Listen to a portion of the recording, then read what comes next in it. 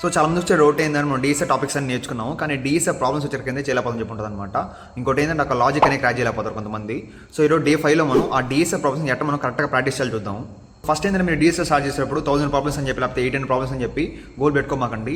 ఈ స్టార్టింగ్లో ఏం చేస్తారంటే ఒక టాపిక్ తీసుకుంటే ఆ టాపిక్ మీద డిఫరెంట్ ప్రాబ్లమ్స్ సాల్వ్ చేయండి అనమాట.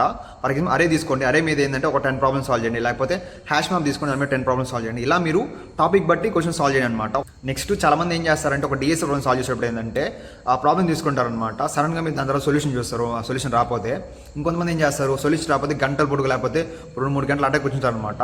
అలా కూర్చుంటారు మీకు టైం అనేది వేస్ట్ అయిపోద్ది అనమాట. మీరు ఎలా అప్రోచ్ అవ్వాలంటే ఫస్ట్ ఏం చేస్తారంటే ఒక డీఎస్ఏ ప్రాబ్లమ్ తీసుకోండి, దానికి సంబంధించిన ప్రతి ఒక్క అప్రోచ్ అనేది, దానికి సంబంధించిన ప్రతి ఒక్క ప్రాసెస్ అనేది ఒక వైట్ పేపర్లో రాయను అనమాట. ఏందని అసలు ఎలా వాడతాం అని చెప్పి, ఎలా వస్తుంది అని చెప్పి. సో మీరు దానికి సంబంధించిన 45 నిమిషాలు కూర్చోండి, మాక్సిమం 45 నిమిషాలు, 30-40 నిమిషాలు కూర్చోండి సరిపోద్ది. అంతకంటే ఎక్కువ టైం అనుకో టైం వేస్ట్ అయిపోదు. కాబట్టి మీరు యూట్యూబ్ ట్యూటోరియల్స్ ఉంటారు కదా, అవి చూడండి ఎలా చేశారని చెప్పి. ఇంకోటి ఏంటంటే మనం ఎలా అప్రోచ్ ఫాలో అయ్యారు, సో దాన్ని బట్టి మీరు మిగతా క్వశ్చన్ కూడా సాల్వ్ చేయాలన్నమాట. ఇప్పుడు ప్రతిరోజు ఏంటంటే 2 ప్రాబ్లమ్స్ సాల్వ్ చేయాలన్నమాట. డీఎస్ఏ ప్రాబ్లమ్స్ అనేవి లీడ్ కోల్నా కానీ లేకపోతే గీఫర్ గీసులైనా కానీ ప్రతిరోజు ఫాలో అన్నమాట డీఎస్ఏ అనేది. అప్పుడు మీరు ఈజీగా డీఎస్ఏ రౌండ్ క్యాక్ చేయొచ్చు అనమాట. సో ఇలాంటి యూస్ఫుల్ కంటెంట్ కోసం మన అకౌంట్ ఫాలో ఉండి రేపు కలుద్దాం.